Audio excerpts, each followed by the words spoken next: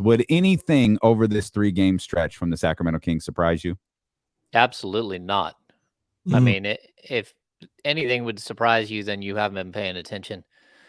They're playing better. I mean, they're 5-3 over the last 8 under Gentry. But you're going up against kind of 3 very, very odd teams. I mean, you have no idea what Charlotte's going to look like tonight. They're missing 6 players, it sounds like. And most of those 6 are like rotational. I think all 6 are rotational unless Ish Smith is out of the rotation. But I don't those are think that he dangerous is. things.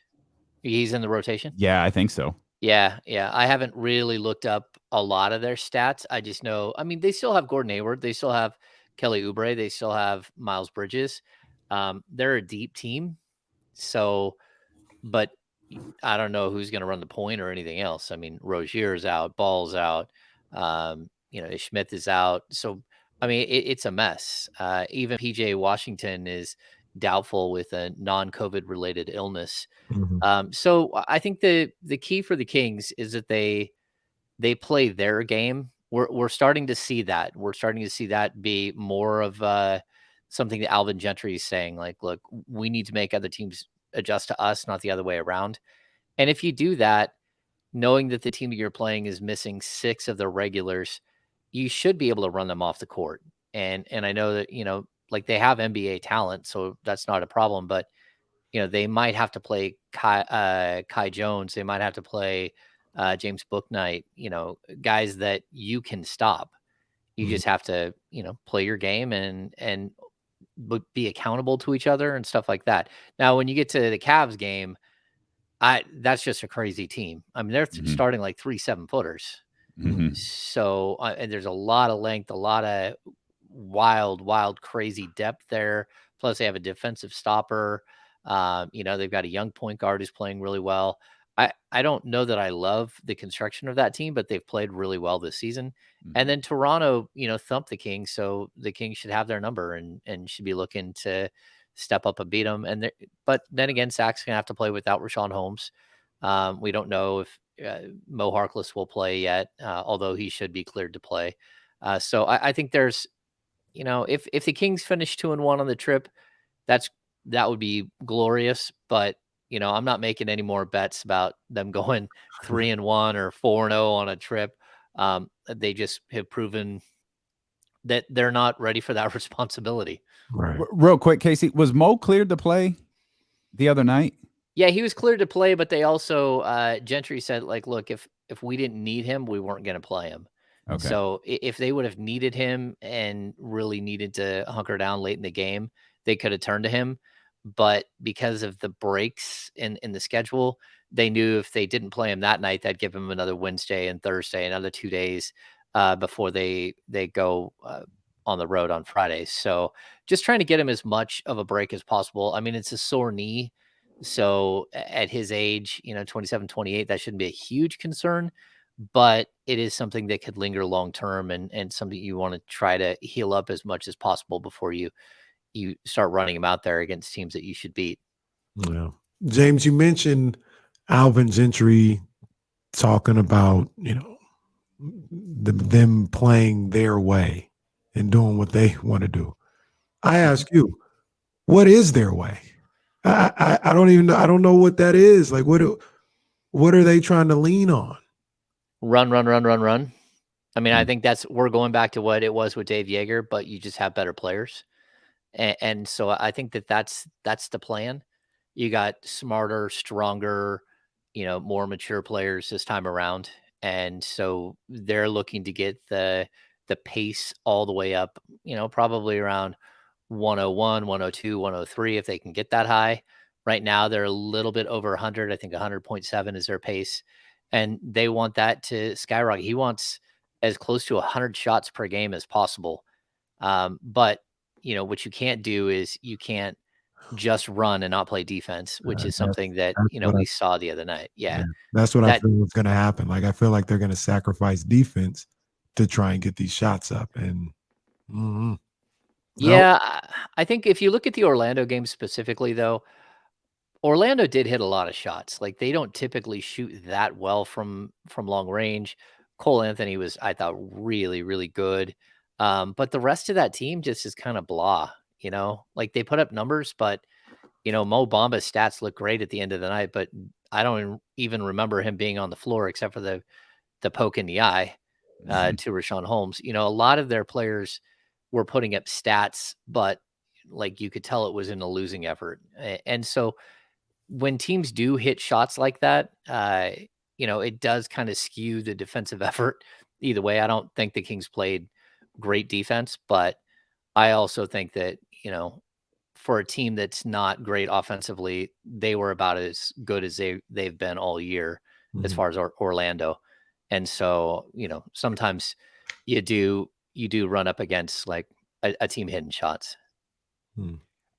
I'm looking at my my Kings Beat newsletter. Like, it looks like the Kings Beat podcast dropped here during D'Lo and KC today, and I'm noticing something down here at the 32-minute mark, because if you're not a subscriber to the Kings Beat podcast, you're really missing out on this. If you're not a subscriber to the Kings Beat newsletter, you're missing out on getting a notification when the podcast comes up and a nice little track list of what Kings of what Sean and James talked about. And Casey, I'm noticing something down here at the 32-minute mark. Lakers game, a defining moment for the Kings. Question mark. Casey had brought that up earlier this week. We like to point, Kendrick Perkins today pointed to the coaching change with Luke Walton and Alvin Gentry. Kenny earlier this week pointed to the Lakers game and how humiliating that was. Do you see that moment as potentially being a defining moment for the Kings? Well, I think it's a defining moment for this segment of the season. Like, you hope that it can continue and that this is who they want to be and who they're going to strive to be, a team that holds each other accountable, that has these hard conversations and tells somebody, hey, look, like, we're not going to allow you as your teammates to do that to us anymore, to put us in bad situations, and for, specific individuals to potentially lose games for them.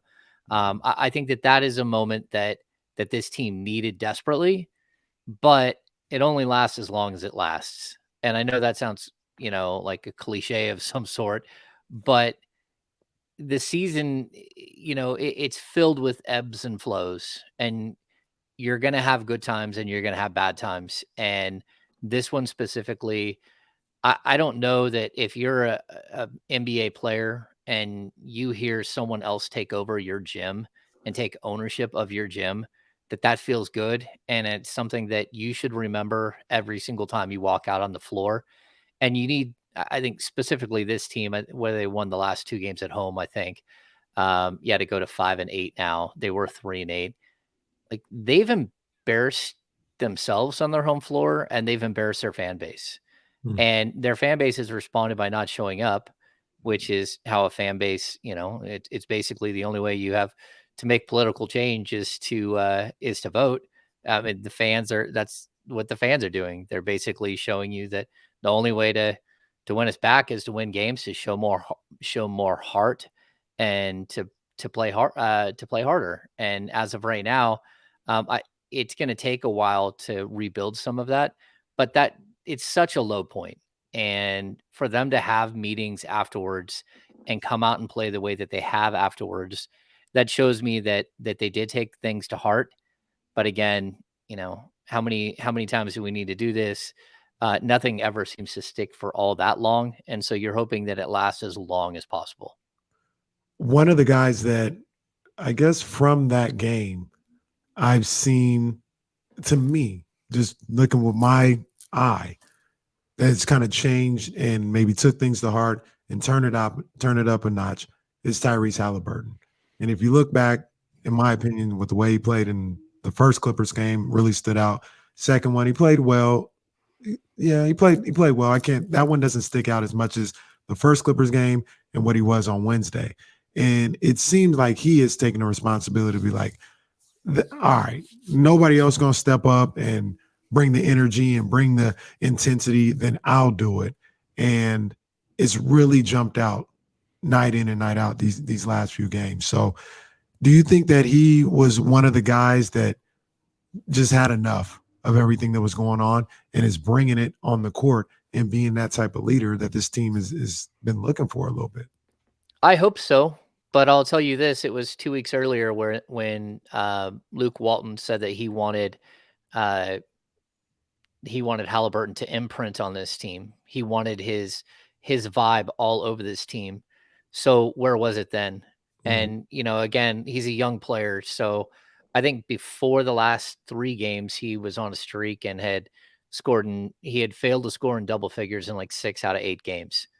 Like that's not acceptable. And I know he is such a good young man and such like a bright spot and a good young player. Well, that still hurts the team.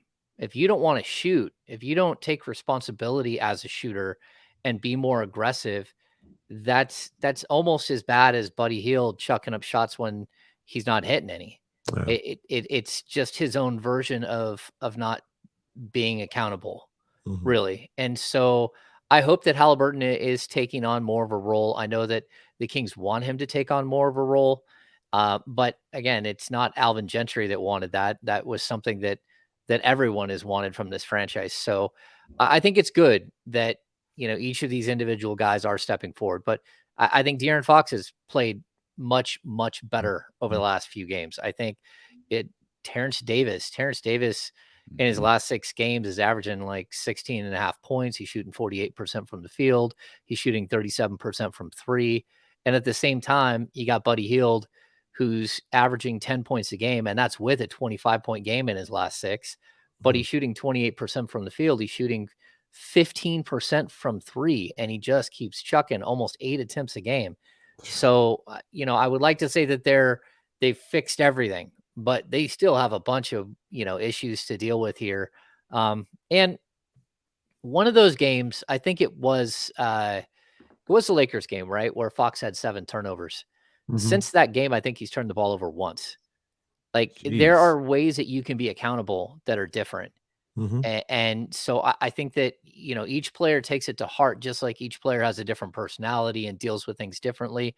I think that we're seeing the outcome of that meeting was Halliburton's going to shoot more and Fox is going to be more careful with the ball, but he's going to attack more. And Terrence Davis is going to be way more aggressive.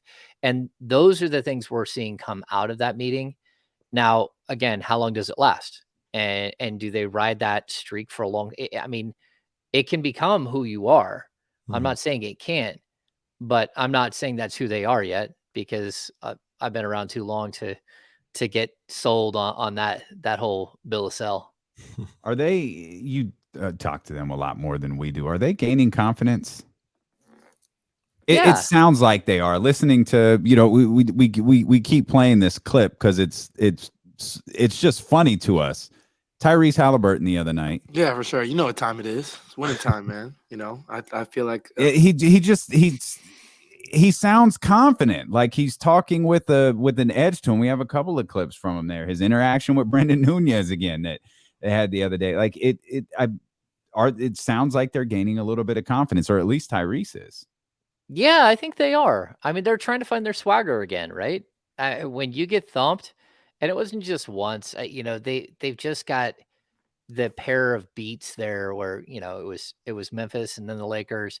Like, I think they did lose their confidence. They also, none of them wanted Luke Walton fired from what I can tell. I mean, maybe there's someone in there that wanted Luke Walton fired. Maybe we've seen like a random comment from Marvin Bagley where he's just praising how Alvin Gentry has handled them. But even then, up until this season, Luke Walton had started Marvin Bagley in all but like 2 games that he was ever healthy. So it's not like he didn't get an opportunity under Luke Walton. It was just this season when things spun out.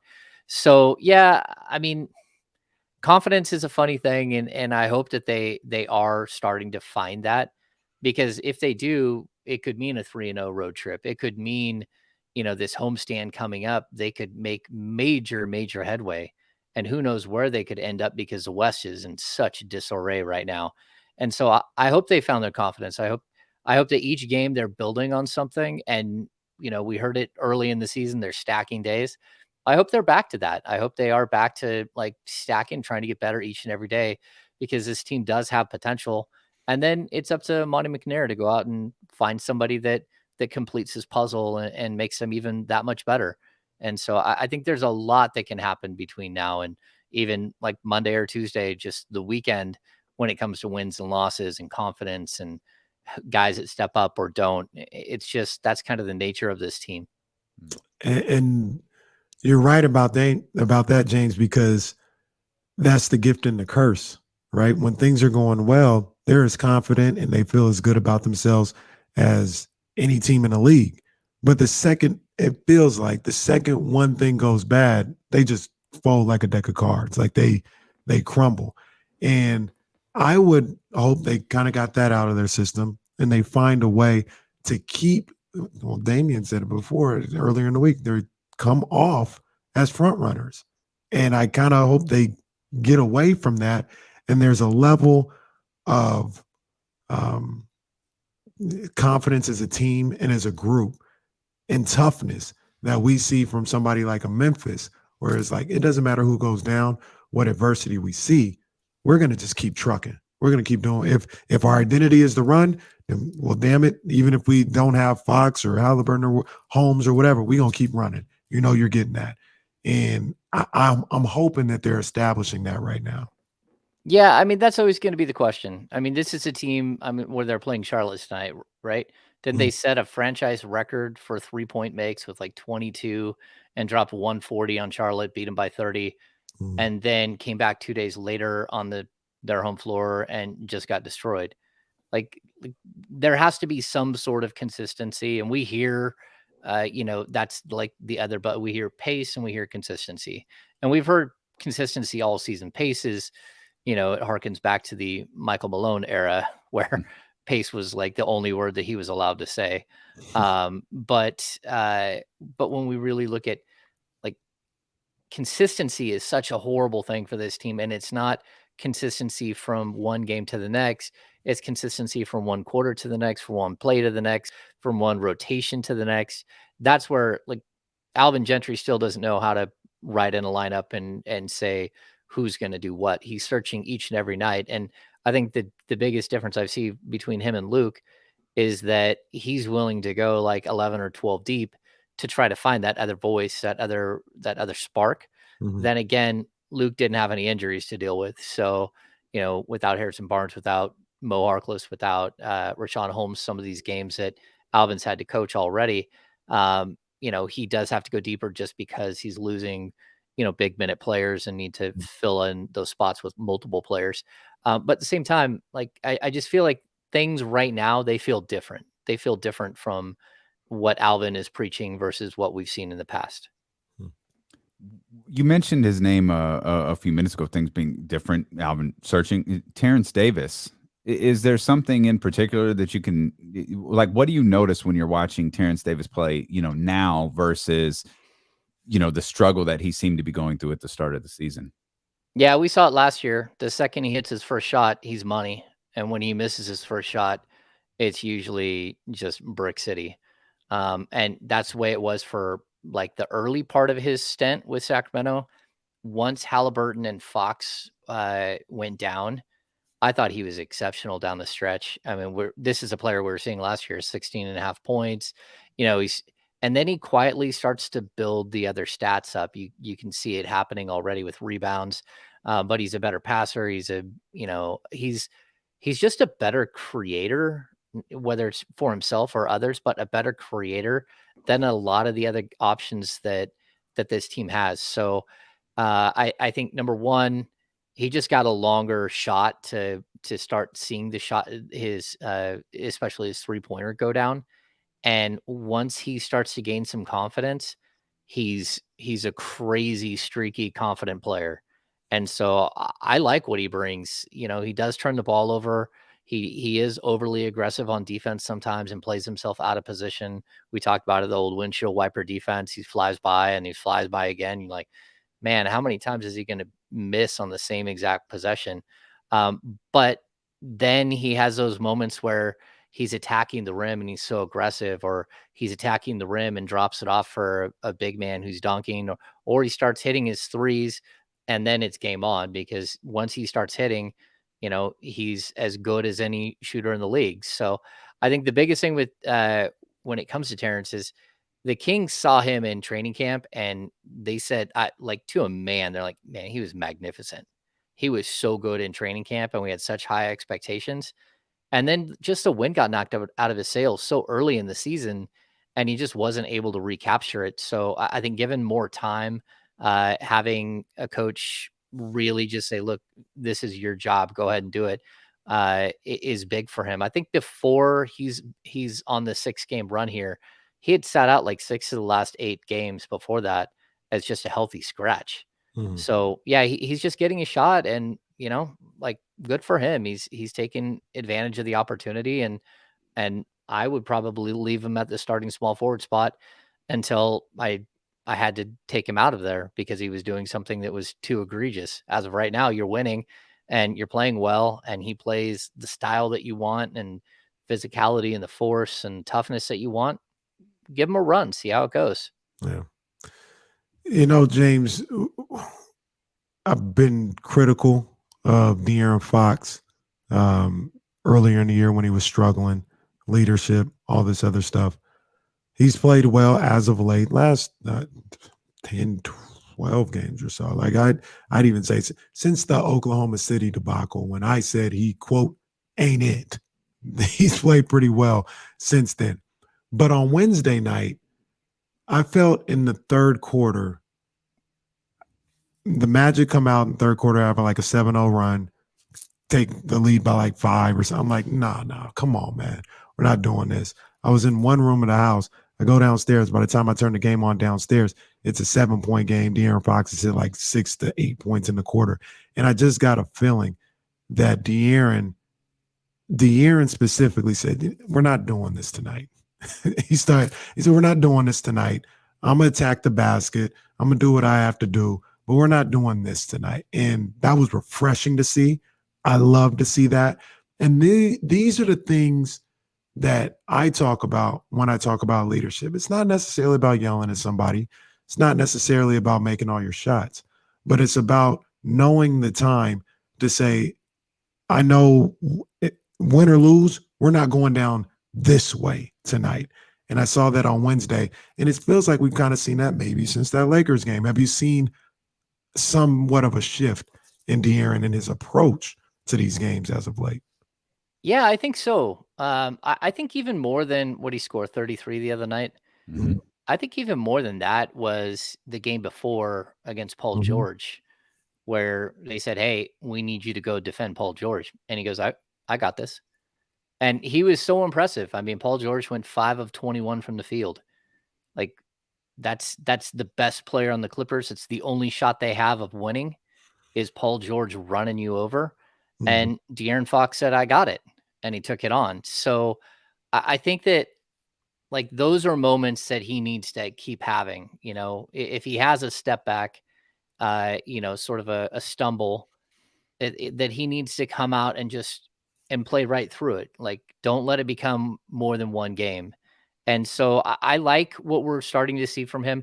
I mean, people forget, again, this is a guy that for like a month of the season last year averaged like 30 and 8.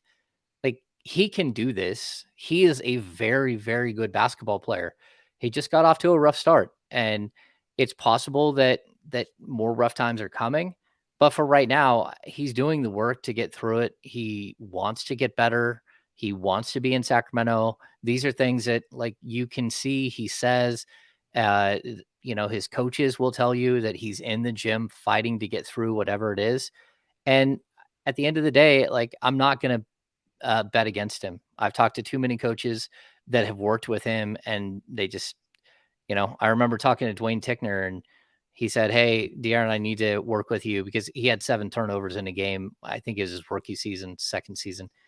And he goes, "What do you want to talk to me?" He goes, "Well, I want to go through the turnovers with you." And he had his iPad out, and he goes, "Yeah, okay. Which one?" He started talking. He's like, "Well," and then he just lists his 7 turnovers. Fox just lists all 7 of them and the mistakes he made and why he shouldn't do those things again. He knew exactly every single one of the mistakes he made and how to fix it and why it happened. and whether it was a bad read or he didn't cut tight enough on a screen and left the ball exposed, he knew every single one of them. And so he's not a stupid player. He's a player that will fight through any of these things because that's who he is and what he wants to be. He wants to be great. And so I've said it all season. I wouldn't trade him, and I haven't lost faith in him. He's a guy that, I know enough about him to know that he'll fight to get through it because he wants it all. I love Dwayne. Dwayne was awesome. Yeah, Tick. Well, yeah, he was fantastic. We'll step out. We'll come back. We'll talk more with 1320 Kings insider James Ham as we get ready for the Kings and the Hornets coming up at 4:00. So there's much more ahead here on this 49ers Friday, even though we're talking Kings basketball. It's brought to you by McQueen and the Violet Fog, the smoothest gin in the world, handcrafted in Brazil here on ESPN 1320. I'll be right back, guys. Yep. Sweet. Jay Hardaway down in Atlanta. What's going on? James, what's your favorite city in America to visit? New York. No question. There's nothing like New York City. There's nothing. No. And actually, to be honest with you, I think it's my favorite city in the world.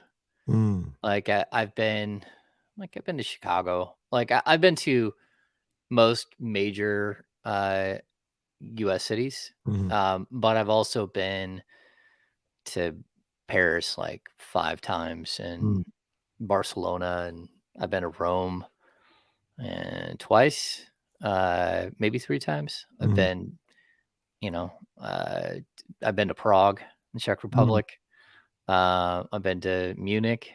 Yeah. So like I've been to a lot of like what are considered world-class cities, and New York to me is just, it's a different beast. Again, like 3 o'clock, 2 o'clock in the morning, you're just out on the street and there's still thousands of people. The city is just still alive, and they're not partying.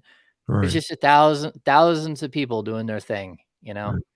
So, and I also think that it's one of the rare places in life where it doesn't matter where you're at in life, it's got something for you.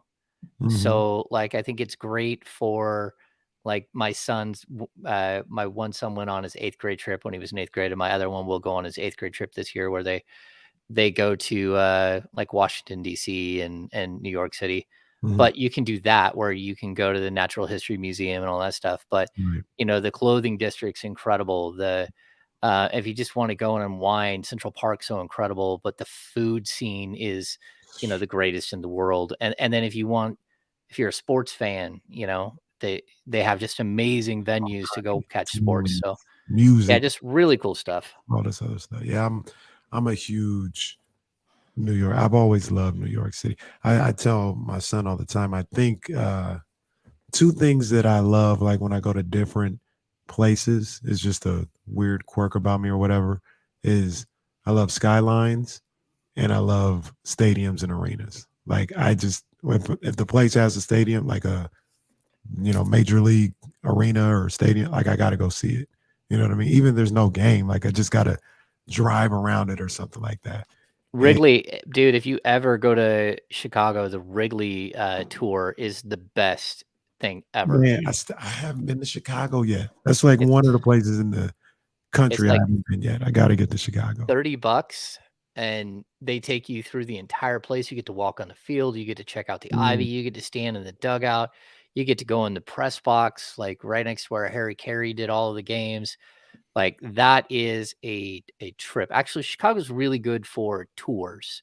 Like New Orleans is cool. I really like New Orleans. The food is incredible. I love me some New Orleans. Yeah, I've got Final Four tickets. So that's where it's at this year. It's in New Orleans. So yeah, it'll be the first game I've Me missed. and Ham on Bourbon Street. Let's go. Yeah. Yeah. So yeah, you guys can hit me up from there. I'll be there all weekend. But I'll miss a Kings game, Awesome. which is wow, totally, which never happens. Yeah. Yeah, I've missed 2 ever. James, you know what I heard is a good tour is the Jerry's World Tour, the AT&T Stadium. Oh, really? Crazy. Yeah, it's just so new. I like the history. Yeah, no history there. Yeah, Boston. I wish I would have done Fenway Park tour when I went to Boston for the Sloan Analytics Conference one year. Fenway's cool. Didn't do a tour though. Just went. I'd like to go see a game. Yeah. Yeah, it's pretty awesome. I saw a game at Old Yankee Stadium. Saw a game at New Yankee Stadium. I've been to New Yankee Stadium. Yeah, I haven't. Vibe to it. Hang on, guys. I'm pretty sure Jesse just said we're coming back.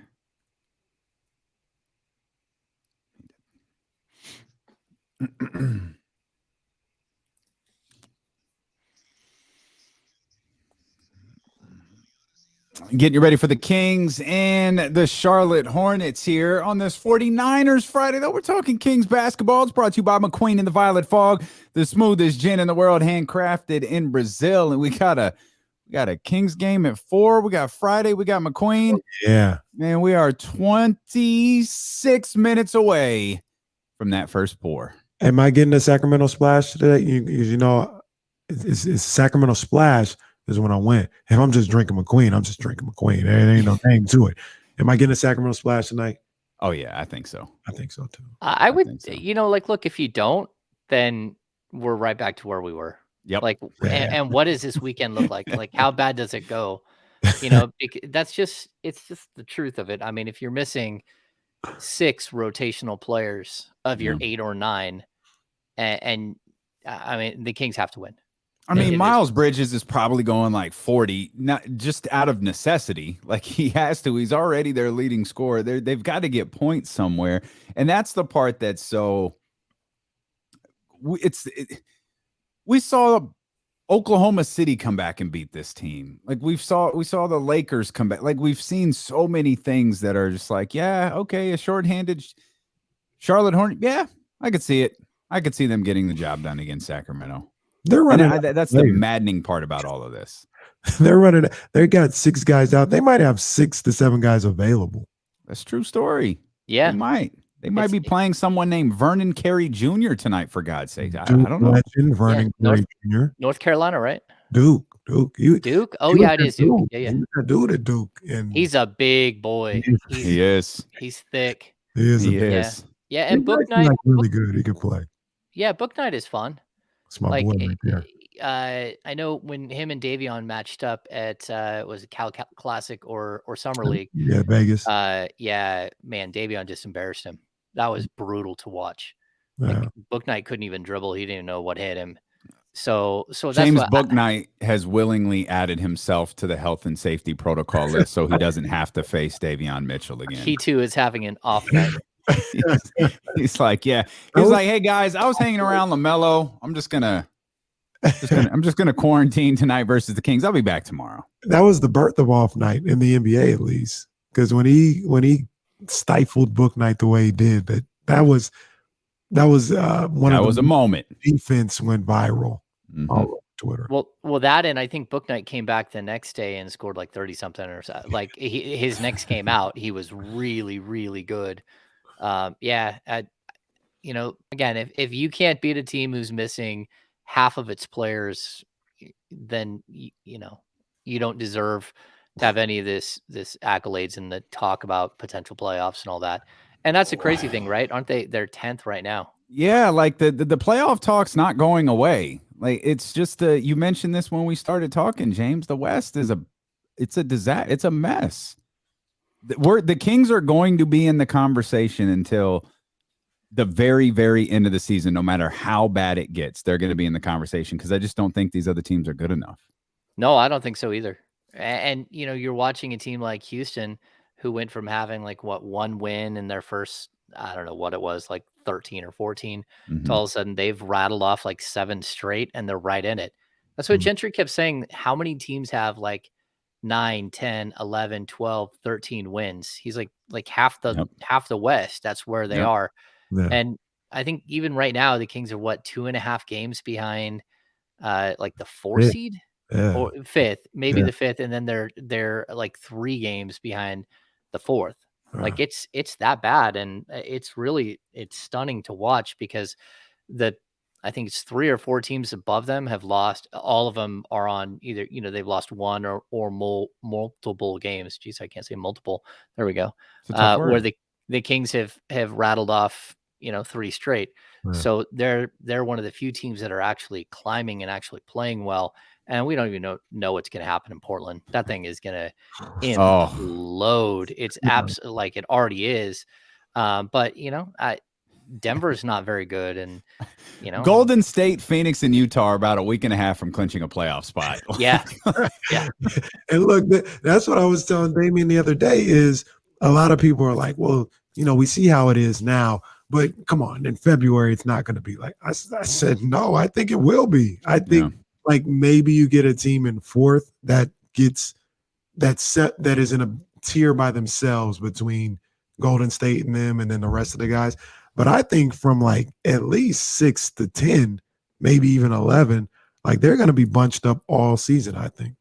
Yeah, I said it during preseason that the Clippers did nothing and Kawhi's out for the season. I mean, I thought they did nothing. They gave up Pat Bev. They brought in Bledsoe. That's even Steven. Memphis, I thought they made so many moves. Not one of them made them better.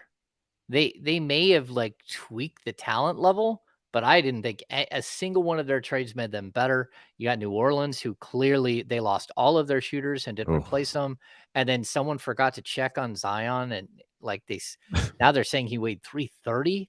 Like no one's checking on the guy. The whole like, what in the world is happening in that situation? So like, I just looked at all of the teams around the Kings, and San Antonio is still going to hang around. Yeah, because they're San Antonio, and so they could have a win streak that gets them right back in it. And Minnesota is once again showing that they're not ready for anything. They're on another bender, or they're just losing nonstop. So I think it's going to be a fun chase, even if it's sort of like this is really ugly. I can't believe this is happening. I still think that they're going to have an opportunity here, and I still think that they have 1 or 2 players that are just sitting there waiting that they can trade and not really impact their game all that much. And so I think that they can go out and use their draft picks and go get a big name player to help them get, not just up to the 6 seed or the 8 seed, but actually take a big leap in this season, but also a player that can help you out for the next like 3 or 4 years and help you get into that spot where you're not just a playoff team, but you're a team that makes a playoffs, 6 to 8 years in a row, and you're building towards something. And we're all Cavs fans tonight, right? They're in Minnesota. Yeah, do work. They're in Minnesota for the first night of their back-to-back, and then it'll be the Kings and the Cavs tomorrow in Cleveland. My guy Kevin Love. Your guy Kevin Love. What the hell is Kevin Love's role on that team over there? What is he doing? When they go with their like jumbo lineup with like 7 bigs, which are not even allowed.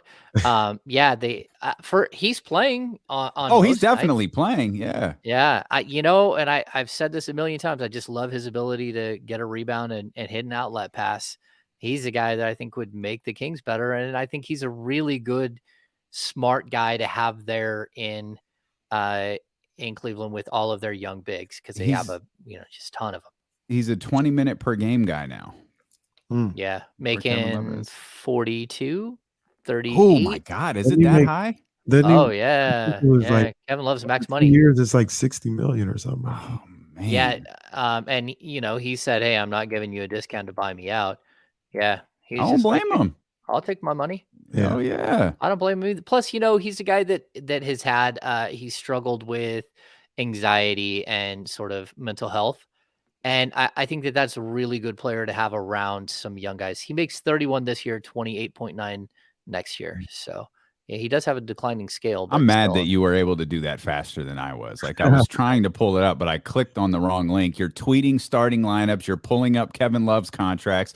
You're talking to us, and I couldn't pull up Kevin Love's contract fast. Yeah, I've got 2 TV shows on him. I'm watching as well. Oh, no, you got the Kenny set up with TVs all over the house. I forgot. You got to have the 2 TVs set up. Let's go. Yeah, I'm a 2 TV guy for sure. All right. I've always liked Kevin Love. He's a great interview. He has a different role now. So Yeah. it's working for them. I don't know if what Cleveland is doing is sustainable for 82 games. But I've watched probably 48 minutes of two games, like start to finish, and have caught pieces of I've enjoyed it. It's interesting. Yeah, I really like Okoro. He's just like he's Yeah. a defensive stopper. I loved him coming out. I thought that's the guy that that Atlanta should have drafted instead of Okongwu. And and I'm not even sure where they were in that draft. They're like right next to each other in that draft. Mm. I thought that was a guy Atlanta needed with all of their scores. Go out and get yourself a defender. But I like him. Garland is fun to watch. Really good, yeah. Yeah, he's really coming on, but he's also a young guy that if De'Aaron Fox does what he does to Jaw, you're going to see him like really put the clamps on him and slow their offense down. And then I don't know what you do about all their bigs, but Mhm. they're so long and athletic. I guess the thing is you don't take it inside, and that's going to be really tough because then you're relying on a bunch of 3-point shooting. You just got to set hard picks because they're a bunch of dudes who are light in the bottom, uh, as Bob Thornton used to say, Mm. light in the shorts. So you push those guys around, and it's a game where I think a guy like Tristan Thompson can really like bully his way around a bunch of lightweight guys. Yeah, and with that though, you make them guard.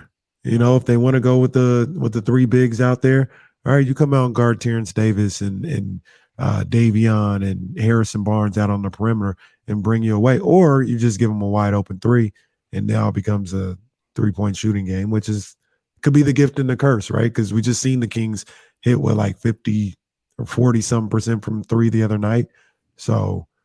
Yeah, you bring them out. You bring them outside and see if they can swim in the deep waters. Yeah, I think that's a good point. And you're going to see that a bunch, especially Harrison Barnes, probably starting at the 4. You might need to go back to Mo Harkless, but then again, maybe you don't because I don't know. Laurie Markkanen's never going to go down and post you up and try to score over you. You got to be really solid in the pick and roll, and you got to stick with. You can't let Mobley start heating up because he can. I love him. That's a guy that I would have traded a bunch of things to move up to get in that draft. Wow. Do you think Rashawn is back Monday? No. I'm a bit. So he had a procedure done on his eye. Yeah, that's what they haven't really got into it with us, but I do know, like they told me, hey, he's going to miss the next 2 games. And then I'm like, all right, well, once he misses the next 2, then what? And so there's no way that a guy with an eye injury, you're going to put on a plane and fly from Sacramento to Toronto Yeah. just to play 1 game and come home. There's no way. So I think that they should have just said he's going to be out all weekend. Then again, you never know. Rashawn wants to play. He's a gamer. He's been hit in the eye a bunch of times already, and I definitely could see him wearing. We've seen his mom post a picture of him with like goggles when he was a kid. Mhm. I think we'll see him wear goggles at least for a little while here because it's been too many times, and you start to get concerned. I know, like Kareem wore goggles because he was hit so many times in the eyes that he developed a dryness issue Mhm. where his eyes wouldn't he couldn't get moisture on his eyeballs. So that's why he because he'd been hit in the eyes and had so many like poked in the eye situation. I don't know why that he keeps getting hit. It doesn't make a lot of sense because the way he plays isn't like a back you down style. Right. It's a guy who's flying up high, and it's just weird that he keeps getting smacked. He's getting hit in weird, like Bomba was like his hand was coming down, and like how was the one finger just pointed out like that, and like it oh man, when I saw the replay, like I cringed, like Oof. you saw that make contact with the eye, like Yeah, and that's brutal. the other problem too with the Bamba situation is number one, like again, I didn't think he was impactful at all, but the Kings kind of got jobbed on that because what they did is they called a foul, I think, on Wendell Carter Jr. Before he got hit by Bamba.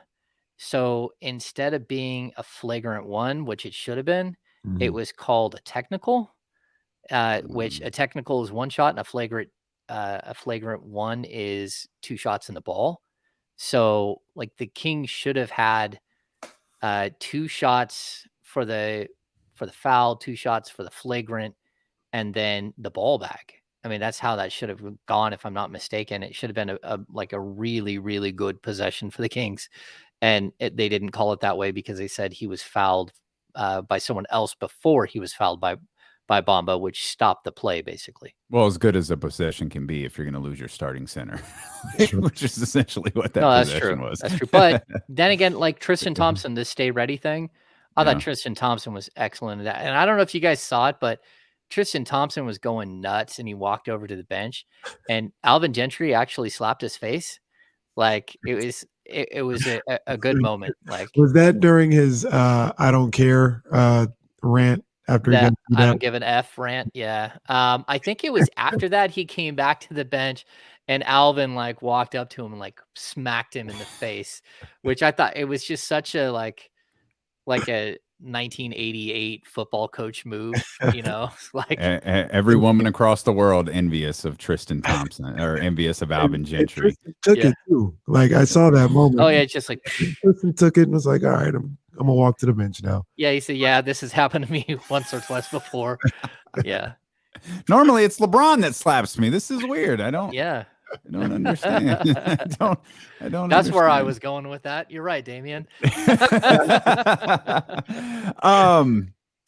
I know you tweeted a quote from Alvin Gentry regarding Buddy Hield. I think you attached all of his statistics to it. We've seen like we saw a big drop following the Lakers games in minutes, and then like little subtle drops. Do you think Alvin's just going to continue to tighten things up with Buddy if he can't? And I'm of the belief Buddy will eventually shoot himself out of this, but I'm not 100% sure. Will Alvin keep cutting into his minutes until that starts to happen? Yeah, I think Buddy has a problem. No, I mean, really, I do. Want that on a shirt. I think Buddy has a problem. Yeah, I think Buddy's problem is that the second that he started to not hit shots, Tyrese Haliburton, Terrence Davis, and Davion Mitchell started to hit shots. And when you are a team that tried a 3-guard set for a long time and realize that you're going to get dominated on the glass so bad you can't do it, then it became an issue that, well, who are you going to play, him or Davion? If Davion's hitting, even if it's 45% of his shots, if he's even at 35 or 36% from 3, which I think he is over the last week, well, he's twice the defender. So why would you even look at playing Buddy Hield? And Terrence Davis, again, creating for himself, creating for others, not just a 3-point shooter, but, oh, by the way, I'm launching and hitting all over the place. So he's providing that as well. And then I think one of the bigger keys that I've seen in the last 3 games is Haliburton is starting to back out and shoot the bomb. Like he's shooting the 26-footer. And that is so incredibly valuable. It opens up spacing. So we always talk about the wing spacing out wide. Well, if you can have a guy who's stretching it that way, it just gives you another way to vertically beat somebody. And so I think Haliburton shooting and hitting, he's shooting something like 48% from 3 over his last 6 games. You're seeing all of the other guys take a huge step up while Buddy Hield is totally fading. And so I get what Alvin is saying. Buddy Hield's shooting is the last of his worries, but his decision-making and his defensive rotations, they're not at the bottom of his list. I guarantee you that. And so if you've got other guys who are playing well and are providing what Buddy can do without the problems of Buddy, then you're going to play them. I mean, again, like Davion the Orlando game felt like a problem because it was the 1 minute, 1 shot, 2 minutes, 2 shots, 3 minutes, 3 shots. It felt like he came in and he was doing that thing where he's searching again. Well, he's 0 for 7 to start, right? And almost, but it's 0 for 7 in 7 minutes. Yeah, No, I mean, that's who he is. That's what he does. And so that's a problem. It's totally a problem.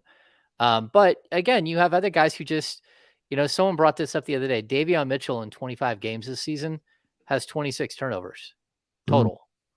I mean, that's remarkable. Buddy Hield he's got 39 in the same amount of games.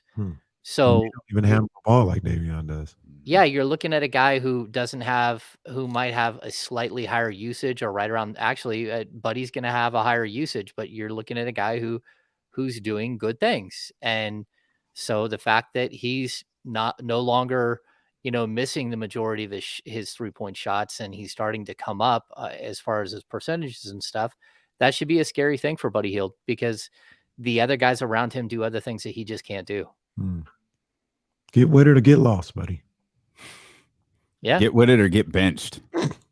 Yeah. No, I mean, at a certain point, like that's the way it goes. This isn't Little League. Yeah. And you don't get your 3 innings. Like, this isn't Little League.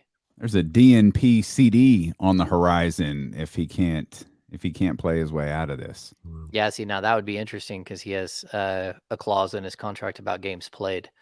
So, yeah. I think it's 72 games played. Yeah, that dude limps out there. Who he put all these games. clauses in there? Yeah, it was the contract by Vlade. Well, I'm sure it wasn't Vlade himself. I'm sure it was someone else who came up with all these. But they wanted to say that he was going to make 94 million and not 86 million. And so there's supposed to be all of these incentives that were easily obtainable, and the easily obtainable ones get counted under the salary cap where other ones don't. And so, like, if he's an MVP, he might get like $1 million, which, again, that's not obtainable. But I know someone says Cantanella, but I think they were actually more like his agent was looking for more incentives so they could bolster, trying to make it look sexier, make the contract look like it was higher than it was. Just lie to us next time. Just do what the NFL does. Just lie. Or just do the Rashawn Holmes thing, that the 52 million. That's if he gets traded 6 times or something. Yeah. No, I remember all of the tweets following that. No, I assure you, that is impossible. He cannot make that much money. James Ham, make sure you check out the Kings Beat. Subscribe to the Kings Beat newsletter. We're all getting out of here. We've got Kings basketball to watch. James, thank you as always. Have a tremendous weekend.